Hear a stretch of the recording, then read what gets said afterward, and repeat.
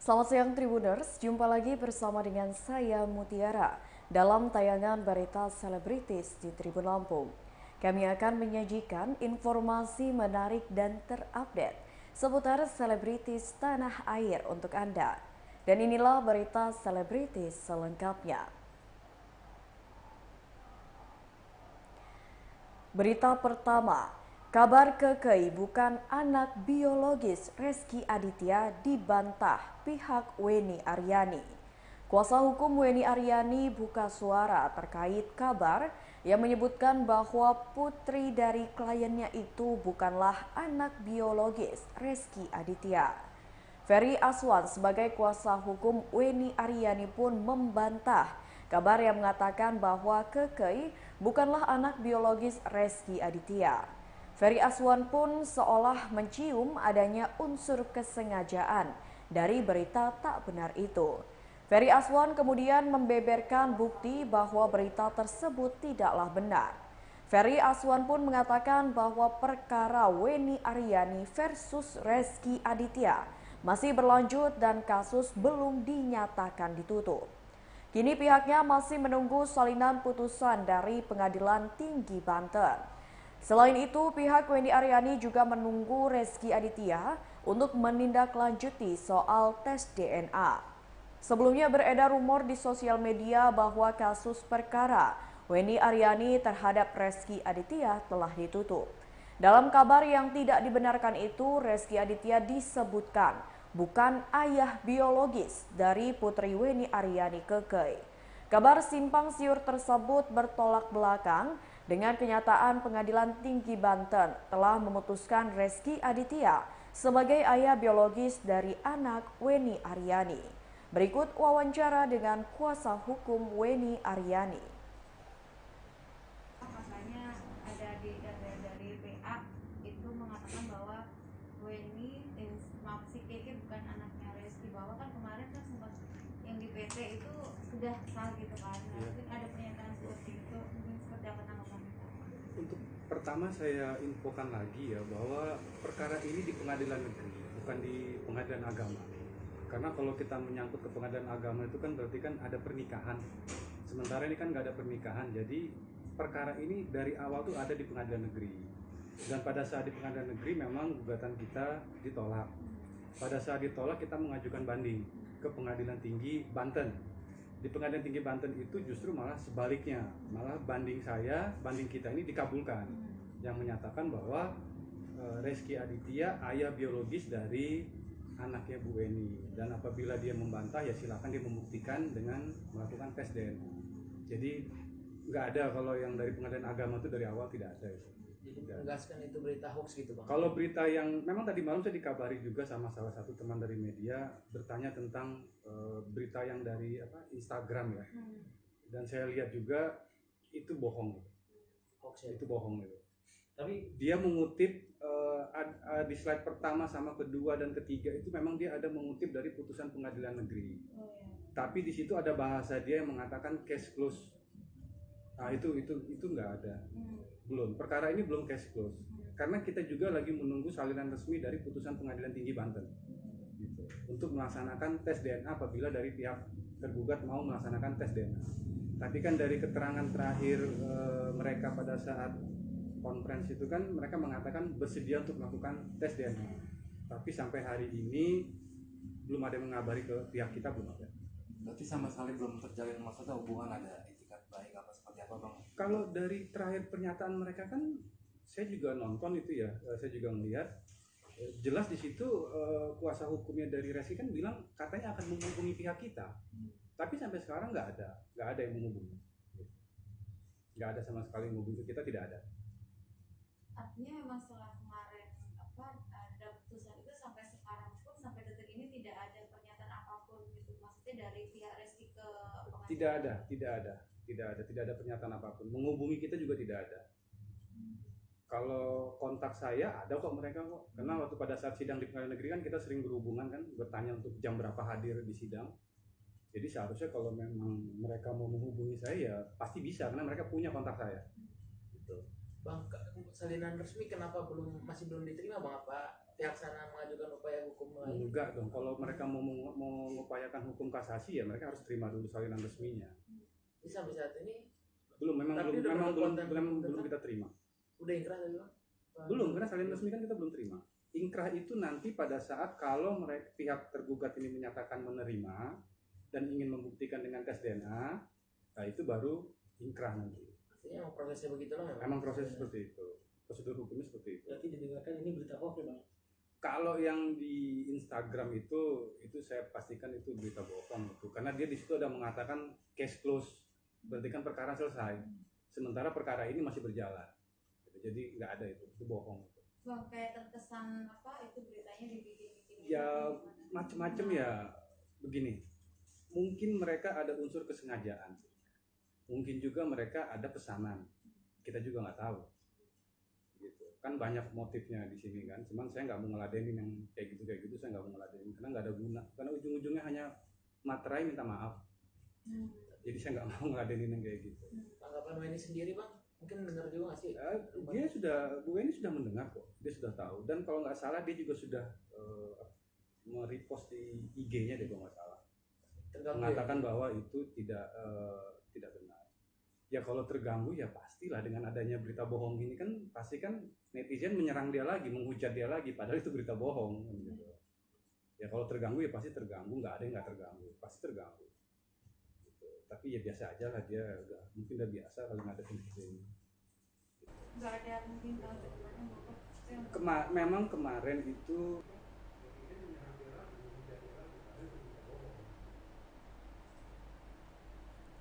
Berita selanjutnya datang dari pengacara kondang tanah air Razman Arif. Tanggapi kabar akan jadikan Iklim Makim istri ke-8.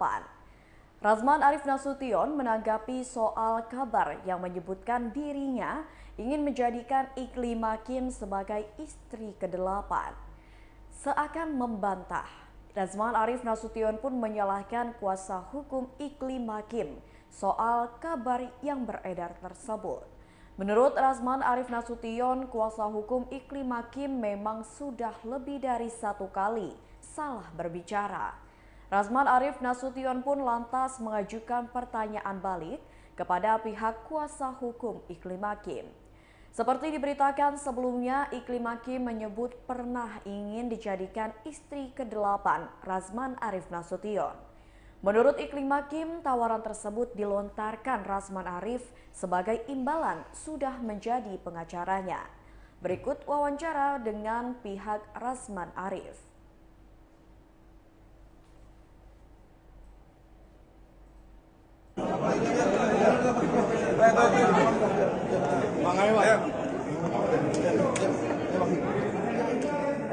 Oke, pintu. Mana biar kita ini. Ada si pintu nih. Kalau nggak ada pintu kurang seru kelihatannya. Ayo nggak ada masalah. Udah mantap. Gaspul. Ya. Ya. Ya, terima kasih teman-teman media. Tadi proses sidang pembacaan gugatan sudah dilakukan dan saya kira ada dinamika sedikit itu sah-sah saja ya, sah-sah saja dan memang apa yang disampaikan oleh sekretaris tim kami, Bung Tomawi, memang benar itu kan, ya karena memang kurang terkenal dan kemudian ditanya supaya kita kenal, ya itulah pentingnya sebuah nama gitu. Nah, jadi buktinya kalian ini kalau wawancara saya dengan teman-teman saya ini kepada kenal-kenal semua mereka yang mereka saya pun belum kenal. Jadi nggak perlu diributkan itu memang fakta gitu loh. Ya, jadi nggak usah diperdebatkan itu. Nah, kemudian untuk ini saya silakan Bung Pinto jelasin dengan Pak Arnold dengan Tadi persidangan sudah diselesaikan, kami bacakan gugatan. Tidak ada perubahan gugatan dan setelah ini akan dijalankan melalui sidang ICOT sehingga nanti mungkin di bulan Agustus di tanggal 26 tanggal 16 kami akan sidang kembali untuk pembuktian. Saya kira nanti menjawabnya akan melalui email. Tadi tadi ada sedikit perselisihan, memang ada pertanyaan dari lawyer lawannya. Ya, jadi saya tanyakan kepada majelisnya untuk mempertegas nama kantor yang mereka bawa, karena memang kami tidak kenal sama sekali. Kami sudah lama dilakukan dan kami tidak kenal. Namun mungkin di bawah perasaan lapar sehingga tuduhan saya menghina, itu tidak apa-apa, tidak salah. Itu saya anggap sebagai mereka mungkin tersinggung, mudah baper saya anggap. Oke, Bung Banua, ada sampai cukup ya Pak Rusdi. Oke, saya begini, kami jelas tetap bertahan pada posisi nominal gugatan. 5 Richard yang mengatakan tadi kan kurang tuh kita terburu-buru. Hah? Tadi kan terburu-buru terkait iklima bang, belum bang. Sedikit. Udah, apalagi? Dia kan dia mengatakan bahwa ini masih nyambung yang tadi nih. Ketika dia bicara bahwa kalau menjadi istri Abang sebentar. Ini sedang dipertimbangkan oleh tim hukum, ya Bung Leo ya, akan melaporkan pengacara dan K. Kan kasihan dia nih. Dia akan dilaporkan oleh pengacara, kan bukan saya saja. Ada Bang Andar, ada Bung Leo dan lain-lain. Akan dilaporkan karena ucapan dari pengacaranya dan dia gitu loh. Nah, untuk benar tidaknya nanti kan dilihat jawabannya seperti apa. Kalau saya jelas mau media, mau press con itu semua ada pembicaraan dengan dia dan persetujuan dia. Nah, jadi kalau ada bahasa-bahasa itu ya sedang dipertimbangkan untuk mengajukan. Pertama menyangkut tentang malpraktek. Yang kedua mengatakan tidak ada pelecehan. Bagaimana mungkin itu tidak? Nanti mereka dalam itu, ya. Kamu nanya apa nih? Dia, bang. Hah? Dia sempat pegang tangan dia untuk mengajak nikah, bang. Itu gimana, bang? Kalau pegang tangan emang ngajak nikah, Bang. Aneh ini astri saya. Saya pegang bahu lagi. Pegang tangan, pegang bahu, masa ngajak nikah? Jadi gini, kalau ada komunikasi batin antara saya dengan dia, itu semata-mata karena prihatin saya terhadap keadaan dia. Ya. Saya ini sudah pakar di bidang ini. Kalau urusan istri, urusan perempuan, saya pakar. Bukan pakar dari semua orang, pakar menurut saya ya. Jadi saya itu bisa membaca. Air beriak, ikannya saya tahu. Jadi tidak usah seperti itu. Maksud saya, Kim, kalau mau damai dengan Hotman Paris, damailah baik-baik. Kalau ada rezeki, bagi-bagi. Bukan untuk katakan butuh, tidak. Artinya selesai, sudah. Ya kan ada juga di sini Bung Leo, ada Bung Andar. Itu saja. Jadi nanti kamu selesai, kamu anggap urusan kamu dengan Hotman, tidak selesai dengan saya. Kan panjang juga. Yang pasti, bagaimana mungkin dia merasa tidak dilecehkan? Mantan suaminya itu temannya Bung Leo. Bahkan penasihat FBI. Sama-sama datang ke Kementerian Pemberdayaan Perempuan. Kalau dia merasa tidak dilecehkan, terus ngapain datang ke sana? Terus dia tanda kuasa pelecehan. Terus apa itu maksudnya? Datang ke Polda Metro. Terus saya antar surat ke Bareskrim Mabes Polri. Itu ada semua buktinya. Dia bilang tidak ada pengaduan. Ya Allah, ada buktinya. Kasihan saya. Anak ini mudah tertekan batinnya. Nanti mau bunuh diri. Kan pusing kita kan? Ya kan ada buktinya semua. Ada WA-nya semua. Ya. Jadi ajakan menikah itu Kalian udah lihat nggak foto dia mau bunuh diri? Hah? Masa iya gara-gara yang seperti itu? Jadi jangan di speak up yang bahasa-bahasa yang tidak penting ke saya. Ya, mengerikan. Mengerikan, ya. Berarti nggak benar ya Bang? Ada ajakan menikah itu nggak benar ya? Berarti. Apanya? Ada ajakan menikah itu berarti nggak benar ya? berkali-kali melontarkan itu, Pak. Begini. Berita selanjutnya datang dari pedangdut cantik tanah air Dewi Persik. Bertekad tak ingin rujuk dengan Angga Wijaya. Sandi Arifin selaku kuasa hukum Dewi Persik menyampaikan bahwa kliennya tak ingin rujuk dengan Angga Wijaya. Pihaknya bahkan sudah membujuk Dewi Persik serta pihak Angga Wijaya untuk menyelamatkan rumah tangga mereka yang sudah berusia 5 tahun, namun keduanya sepakat untuk tidak melanjutkannya. Dewi Persik dan Angga Wijaya juga telah menyerahkan sepenuhnya perkara perceraian ini kepada kuasa hukum masing-masing untuk mengurus ke Pengadilan Agama Jakarta Selatan. Sandi Arifin yang juga merupakan sahabat dari Dewi Persik dan Angga mengatakan bahwa nasib rumah tangga pasangan tersebut akan berakhir di pengadilan. Ia telah mencoba segala cara sebagai seorang sahabat untuk mempersatukan kembali hubungan Dewi Persik dan Angga, namun hasilnya nihil. Sandi pun tak bisa berbuat banyak ketika kedua sahabatnya sepakat untuk tetap berpisah. Ia hanya bisa membantu agar urusan pengadilan bisa segera terselesaikan dan keduanya hidup tentram dengan kehidupannya masing-masing. Lebih lanjut, Sandi juga mengatakan bahwa DP dan Angga sudah tidak pernah berkomunikasi secara langsung ataupun via ponsel.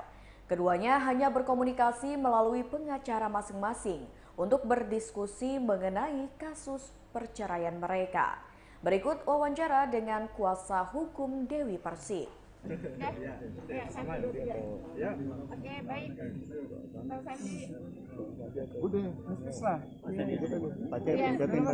Assalamualaikum warahmatullahi wabarakatuh.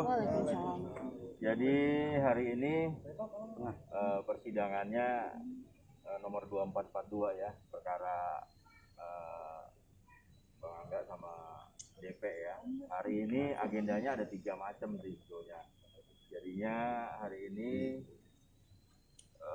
laporan dari mediator bahwa mediasi gagal itu dilaporkan kepada majelis hakim. Tadi sudah disampaikan kepada majelis hakim. Setelah majelis hakim menerima laporan bahwa mediasi gagal, itu dilanjutkan dengan pembacaan daripada permohonan dari pemohon, dari Mas Angga, dari pengacaranya. Dan tadi sudah dibacakan permohonannya dan tetap pada permohonannya. Jadi majelis hakim sempat mempertanyakan juga apakah ada revisi, ada perubahan atau ada apa, tapi dari pihak pemohon tetap pada permohonannya atau tuntutannya. Dan itu sudah agenda kedua adalah itu. Terus agenda ketiga, setelah dibacakan permohonan ada kewajiban dari pihak tergugat untuk menyampaikan jawaban. Dan jawaban kami belum siap untuk hari ini. Dikasih kesempatan oleh majelis hakim tanggal 25 Juli untuk menyampaikan jawaban kita terhadap permohonan dari Mas Angga. Jadi agendanya hanya 3 macam itu aja sih teman-teman. Jadi kalau ada keterangan-keterangan lain yang perlu diinformasikan silakan aja ditanyakan. Terima kasih ya. Assalamualaikum warahmatullahi wabarakatuh. Bang Kris, alasan gagal kenapa mediasinya? Mungkin salah satunya apa? Kalau mediasi itu kan internal ya, kita sebagai lawyer tidak diperkenankan untuk masuk. Jadi pada waktu itu prinsipalnya sendiri dari Mas Angga dan dari Mbak DP Persik. Jadi itu yang menyampaikan atau alasan gagalnya itu justru kami tidak paham karena itu di sidang sendiri. Dan laporan gagalnya pun disampaikan oleh hakim mediator kepada hakim majelis. Jadi kami tidak mengetahui sama sekali mengenai materi atau inti pokok dari permasalahan mediasi gagal atau perselisihan itu atau apapun kita tidak mengetahui. Jadi laporan dari hakim mediator kepada hakim majelis itu aja sih Bang. Pak DP sendiri kenapa Bang tidak bisa ikut hadir hari ini? Tadi sempat kita hubungi klien kami, hari ini ada acara yang tidak bisa ditinggalkan. Jadi sudah mempercayakan kepada kita bahwa untuk proses sidang berikutnya juga tidak akan hadir, tapi tetap kita setiap pagi akan mengingatkan apakah kalau ada waktu bisa ikut. Tapi karena tadi tidak bisa, jadi kita yang hadir. Terus juga ada tambahan sedikit, tadi dari majelis hakim juga mempersilahkan kita dari pihak penggugat, pemohon itu bila mana nanti jawaban kita minggu depan sudah siap, dari pihak penggugat juga sudah menyiapkan saksi dan bukti. Jadi minggu depan mudah-mudahan mendapat kesempatan setelah kita menjawab dan sudah kita serahkan secara resmi, dari pihak penggugat juga akan mengajukan bukti dan saksi. Dan setelah itu kan kita tinggal. Berita selanjutnya datang dari pasangan artis Uya Kuya dan istri jadi saksi kasus dugaan pelecehan secara verbal kepada Denise. YouTuber sekaligus presenter Uya Kuya yang ditemani oleh sang istri Astrid Margareta mendatangi Krimum Polda Metro Jaya, Jakarta Selatan. Uya mengatakan bahwa dirinya hadir sebagai saksi dari pelapor yaitu Denise Karista. Selain Uya, Astrid ternyata juga dimintai keterangan untuk dimintai klarifikasi. Uya dan Astrid diperiksa oleh penyidik selama hampir 3 jam lebih untuk dimintai keterangan. Astrid mengatakan bahwa dirinya hadir untuk memberikan keterangan seputar sudut pandang sebagai seorang wanita.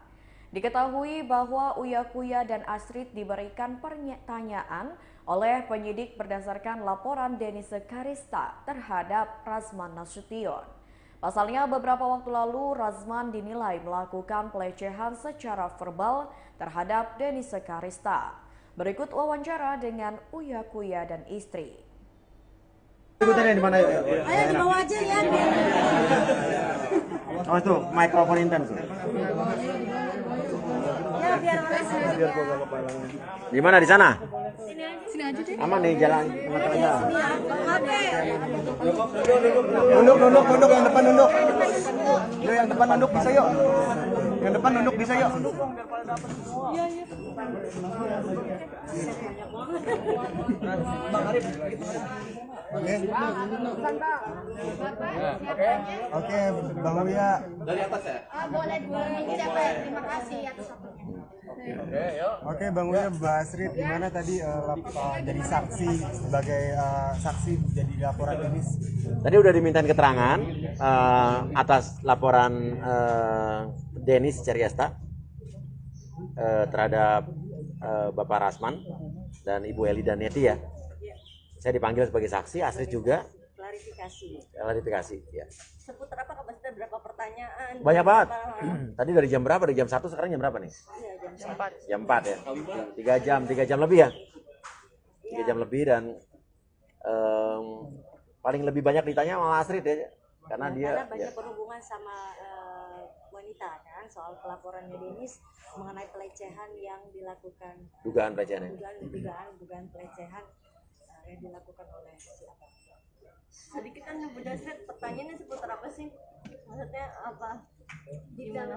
Ada Intinya sih adalah kapan lihat video itu, Iya. terus berapa lama kenal Denis, kenal dengan Bang Razman juga gimana kenalnya, terus ya bagaimana yang terjadi pada saat itu, semuanya ditanya. Total ada berapa pertanyaan, Bang? Banyak tadi saya tanda tangan kertas Gus, banyak banget. berapa lembar? Iya, Banyak. Kira-kira berapa? 10, 20, Lebih. 50. 20 lebih kayaknya. 20 lebih. Bang tadi kan ada MZ juga. Ketemu MZ nggak? Nggak sengaja ketemu MZ tadi. Lewat doang. Bukan MZ, saya ketemu Medina tadi. Nggak sengaja ketemu Medina Zen. Saya lagi di depan ruangan saya. Tiba-tiba lewat, Astrid bilang, itu Medina. Langsung saya panggil, Medina. Saya bilang gitu kan. Dia nengok, saya cuma bilang, halo, sehat selalu ya, saya bilang gitu. Saya bengong.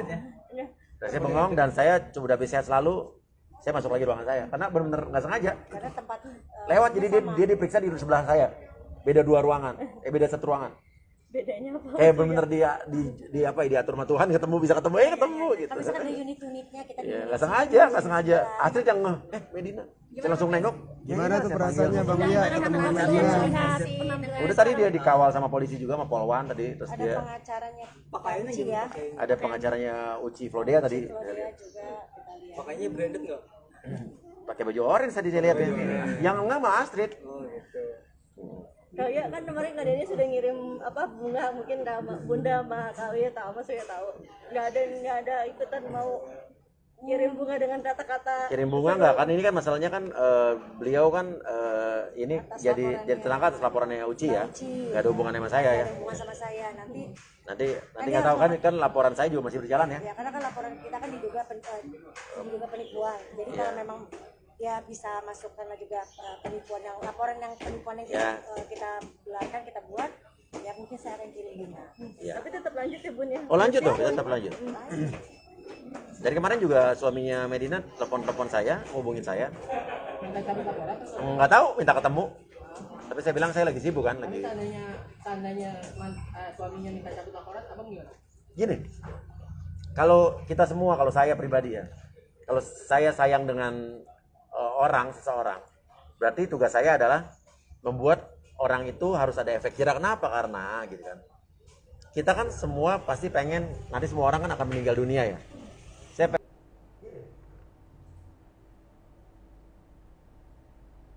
Berita selanjutnya, Meski di penjara, Putra Siregar dapatkan rekor muri kurban terbanyak untuk ketiga kalinya.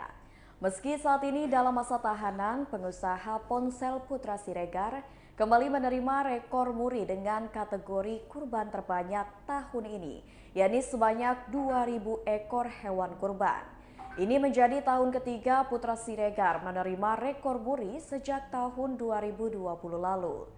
Melalui tangan sang istri, Septia Siregar berkurban sebanyak 2.000 ekor yang terdiri dari kambing sebanyak 1.900 ekor kambing dan sisanya sapi. Semua itu dibagikan ke seluruh wilayah di Indonesia.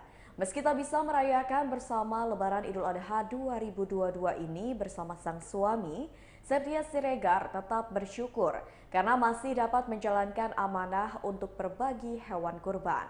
Adanya kurban tahun ini, Septi berharap bisa menjadi ladang pahala bagi dirinya dan suaminya juga bisa segera bebas sehingga dapat berkumpul kembali.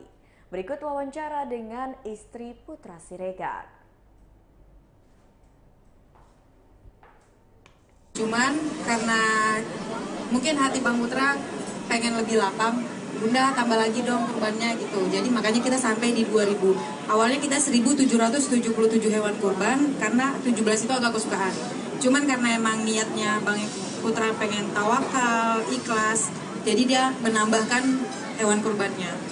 Bang Putra dong terkait pencapaian ini gimana? Respon Bang Putra kaset. Alhamdulillah bagus karena ini kan emang Bang Putra sendiri yang ngajuin. Pengennya dia bilang, aku pengen berkurban itu tiap tahun lebih baik. Jadi semakin banyak berkurban, insya Allah kita bakal diganti berkali-kali lipat. Nah, amin ya Allah. Dalam 2.000 itu apa aja hewan tersebut? Apakah kambing semua atau? Enggak, campur. Jadi ada 1.900 kambing, terus sapi itu 120-an gitu. 100. Dari Sabang sampai Merauke itu di masjid-masjid pelosok-pelosok Indonesia. Kan kita PS Store udah ada di hampir seluruh Indonesia, di Papua juga udah ada. Jadi udah tersebar di mana. Nah iya, jadi sebenarnya itu agak sulit karena ada yang namanya PMK gitu. Dan jadi kita beberapa kali datang, jadi kurban itu nggak langsung kita antarin ke tempatnya, tunggu mendekati hari Idul Adhanya baru bisa diantarin. Makanya kita kemarin awalnya itu 1.700, baru cari lagi hewan kurbannya ketemu lagi. Kalau mengenai sendiri siapa sementara tidak didampingi sama suami, sedih berharapnya kan tahun ini harusnya sama Bang Putra. Jadi ini emang niat baiknya Bang Putra. Mungkin dengan ini Allah bisa. Baiklah Tribuners, itulah berita selebritis bersama dengan saya Mutiara. Jangan lupa untuk terus saksikan YouTube Tribun Lampung News Video, Facebook Tribun Lampung, Instagram @Tribun Lampung, dan TikTok @Tribun Lampung untuk informasi terupdate lainnya. Selamat siang dan sampai jumpa.